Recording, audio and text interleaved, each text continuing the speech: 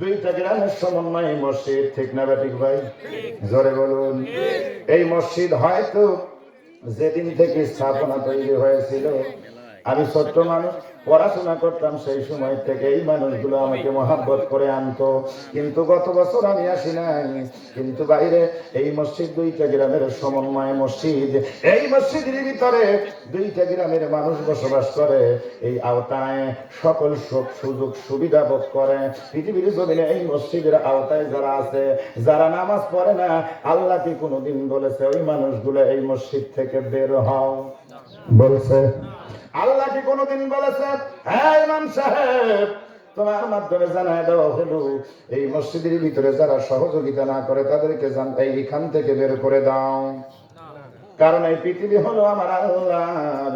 আল্লাহ ঘোষণা দিয়ে দিছে বান্দারে, এই পৃথিবীর জমিনে কাফের, ইহুদি, নাসারা, মুনাফিক, মুশরিক, মুসলমানগুলো বসবাস করবে।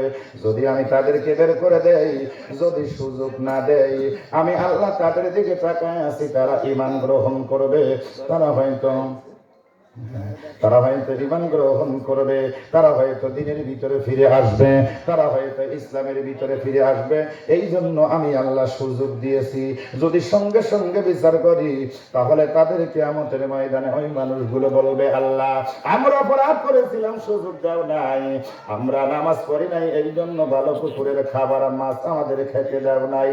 ও বন্ধু, ফরিদপুর বাজারে গেলে আপনিও সেই দোকানের মাছ কেনেন, আমিও সেই দোকানের মাছ কিনি। হিন্দু মানুষও সেই দোকান থেকে বাজার করে। আল্লাহ কোন খাবার পৃথিবীর জমিনে কারোর জন্য বন্ধ করে দেয়? এইটা যদি বন্ধ করে দিত, মানুষগুলো কিয়ামতের ময়দানে আল্লাহকে ডেকে কি বলতো, আল্লাহ জান্নাতের ভিতরে আমল যারা করেছে তাদের ভালো খাদ্য দিছো, আমাদের দেওয়া নাই, এই জন্য আমরা আমল করি নাই।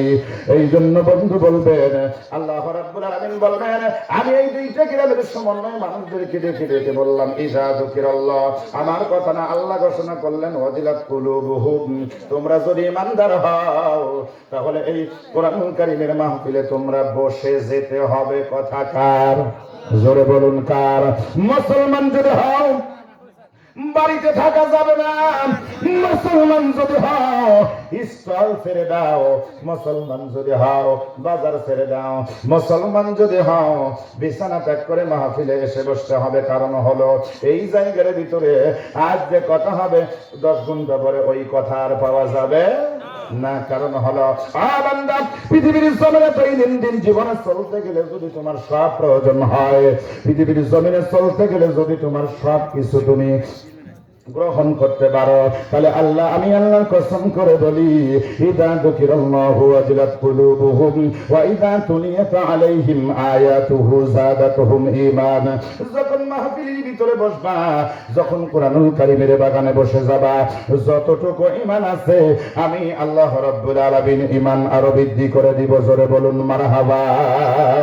আল্লাহ রাব্বুল আলামিন বলেন, ওয়া মা আতাকুমুর রাসূল فخذوه وما نهاكم عنه فانتهوا। আল্লাহ রাব্বুল আলামিন বলেন, বান্দারা, এই পৃথিবীর জমিনে তোমাদের মত, তোমাদের নিয়াত, তোমাদের অনুযায়ী তোমরা পথ কোনোদিন চলতে পারবে না। কারণ হলো এই পৃথিবীর জমিনে তোমরা এমনি এমনি আসো নাই। এই পৃথিবীর জমিনে আমি আল্লাহ পাঠিয়েছি, পাঠানোর সঙ্গে সঙ্গে আমি আল্লাহ কোরআন নাজিল করে দিয়েছি। এই কোরআন শুধু নাজিল করে ক্ষান্ত হই নাই, এই কোরআনের ভাষা, কোরআনের কথা তোমরা বুঝতে পারবে না। এই জন্য যারা বোঝাবে, এই কোরআনের সংরক্ষণ হিসেবে, সংরক্ষক হিসেবে আমি আল্লাহ রাব্বুল আলামিন রাসূল তোমাদেরকে প্রেরণ করেছি। জোরে বলুন না মারহাবা। শুধু তাই নয়, ওয়া মা আতাকুম রাসূল ফাখুযুহু ওয়া মা নাহাকুম আনহু ফান্তাহু। রাসূল যেটা বলেছে সেইটা তোমরা মানবা, আর রাসূল যেটা নিষেধ করেছে সেইটার থেকে তোমরা বিরত থাকবা। কথা কার? আর জোরে বলুন কার? আল্লাহ রাব্বুল আলামিন বলেন, বান্দারা যদি থাকতে পারো তাহলে কি হবে? ইয়া বুনাইয়া আকিমিস সালাতা ওয়া আমর বিল মা'রুফ ওয়া নহা আনিল মুনকার ওয়াসবির আলা মা আসাবাকা ইন্না যালিকা মিন আযমিল উমুর। জোরে বলুন আল্লাহু আকবার। হযরত লুকমান আলাইহিস সালাম সন্তানকে বলল, সন্তান ইয়া বুনাইয়া আকিমিস সালাত, সন্তান রে নামাজ প্রতিষ্ঠা করবা, নামাজ কায়েম করবা। নামাজ প্রতিষ্ঠা করতে হবে হুকুম কার? কথা কয় না, হুকুম কার? নামাজ প্রতিষ্ঠা করতে হবে। 2 নম্বর ওয়ামুর বিল মা'রুফ, ন্যায় কাজে সহযোগিতা করবা, ন্যায় কাজে তোমরা মনোযোগ পোষণ করবা, ন্যায় কাজে তোমরা যাবা। ওয়ানহা আনিল মুনকার, অন্যায় যেখানে প্রতিবাদ সেখানে। কথাগুলো কার? আরো জোরে বলুন কার? ওয়াসবির আলা মা আসাবাক, অন্যায় কাজে বাধা দিতে গেলে পৃথিবীর জমিনে জেল হবে, জরিমানা হবে, জরিমানা লাগবে, সন্তান ইতিম হবে, স্ত্রী বিধবা হবে, মা সন্তান হারা হবে, রক্ত যাবে, অর্থ যাবে, সম্পদ যাবে, বাড়িঘর সব চলে যাবে। আসবির আলা মা আসাবাক, ধৈর্য ধারণ করতে হবে কার উপরে? ইন্না যালিকা মিন আযমিল উমুর। বাদ বাকি যিনি দেখবেন তিনি কে? জোরে বলুন কে? আল্লাহ রাব্বুল আলামিন বলেন, وَلَنَبْلُوَنَّكُمْ بِشَيْءٍ مِّنَ الْخَوْفِ وَالْجُوعِ وَنَقْصٍ مِّنَ الْأَمْوَالِ وَالْأَنفُسِ وَالثَّمَرَاتِ وَبَشِّرِ الصَّابِرِينَ। আল্লাহ রাব্বুল আলামিন বলেন, বান্দারা পৃথিবীর জমিনে যা করেছো, ওয়ালা নাবলুওয়ান্নাকুম বিশাইইন মিনাল খাউফি ওয়াল জুই, পৃথিবীর জমিনে পৃথিবীতে তোমাদেরকে সৃষ্টি করেছে, তোমাদেরকে কি পরীক্ষা নেওয়া হবে না? ও বান্দা শোনো, কি দিয়ে পরীক্ষা নেব?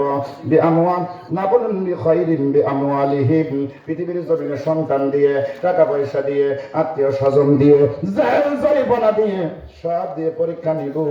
এই পরীক্ষা নেওয়ার পরে যখন ধৈর্য হারায় যাবা, অবশ্যই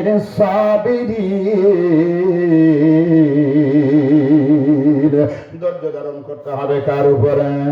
আরো জোরে বলুন কার উপরে? তাহলে বোঝা যায় পৃথিবীর জমিনে জুলুম যদি কোন জাতি করে, কোন মানুষ করে, মানুষের সাময়িক ক্ষতি করতে পারবে, কিন্তু আল্লাহ রাব্বুল আলামিন সর্বক্ষণ যার দায়িত্ব নেবেন তিনি হলো আমার আল্লাহ। জোরে জোরে বলুন সুবহানাল্লাহ। আল্লাহুম্মা সাল্লি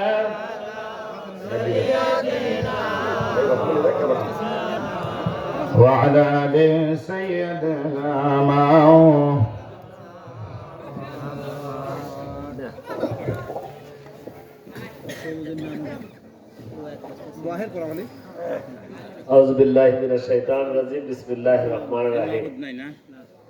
আজকের এই জালসার সম্মানিত সভাপতি আলহাজ তবিবুর রহমান,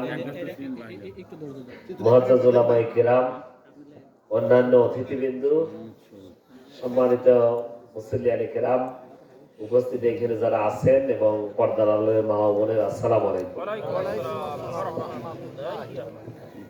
আমার নাম ঘোষণা দিতে দিলাম না, আমার 1 মিনিট বা 2-4 সেকেন্ড যাই যাবে। আমার চ্যানেলে এরকম কিন্তু কম নাকি আছে নাকি বলে, তার বলার দরকার কি যে অমুক না অমুক। তো আমার নিজের কোনো বক্তব্য এরকম নাই। আপনারা দাওয়াত দিয়েছেন, ধন্য করেছেন। আমি দেখলাম যে তালিকায় আমাদের দলের 6 জন অতিথির নাম। 6 জন আসবেন না, 6 জনের পক্ষে আমি একা আসছি। তো ওই রকমই দেখা লাগবি না? ঠিক আছে, ইনশাআল্লাহ আল্লাহ কবুল করুন। আপনার অঢেল সম্পদ আছে, দেয়ার যদি আল্লাহ না দেয়, কেউ দিতে পারে? কেউ দিতে পারে? আল্লাহকে সবাইকে দেওয়ার তৌফিক দেয়? সবাই কি ধর্মীয় প্রতিষ্ঠানের সাথে আল্লাহ যোগাযোগ করবে? দেয়? দিলে তো তাকে নির্বাচিতই করে নিল যে ঠিক আছে তোমার জন্য আল্লাহর জান্নাত, তাই তো? সম্মানিত উপস্থিতি, ওই জালসার মঞ্চ বলেন, অন্য মঞ্চ বলেন, যেখানেই যাই আমরা যারা বক্তব্য দিই, বক্তব্যতে অলরেডি চলে আসে একের পর এক মনে হয় যে অনেকক্ষণ কথা বলি। হুজুর কথা বললেন, এদিকে আবার সুবিধাও কিছু আছে। এই যে হুজুর যে জোরে বক্তব্য দিলেন, যে অবস্থায়, যে স্পিরিটে, একটু দম পাইল। এসে যদি হুজুর একটু চা দিলেও খায়, একটু গরম পানি। তো আপনাদের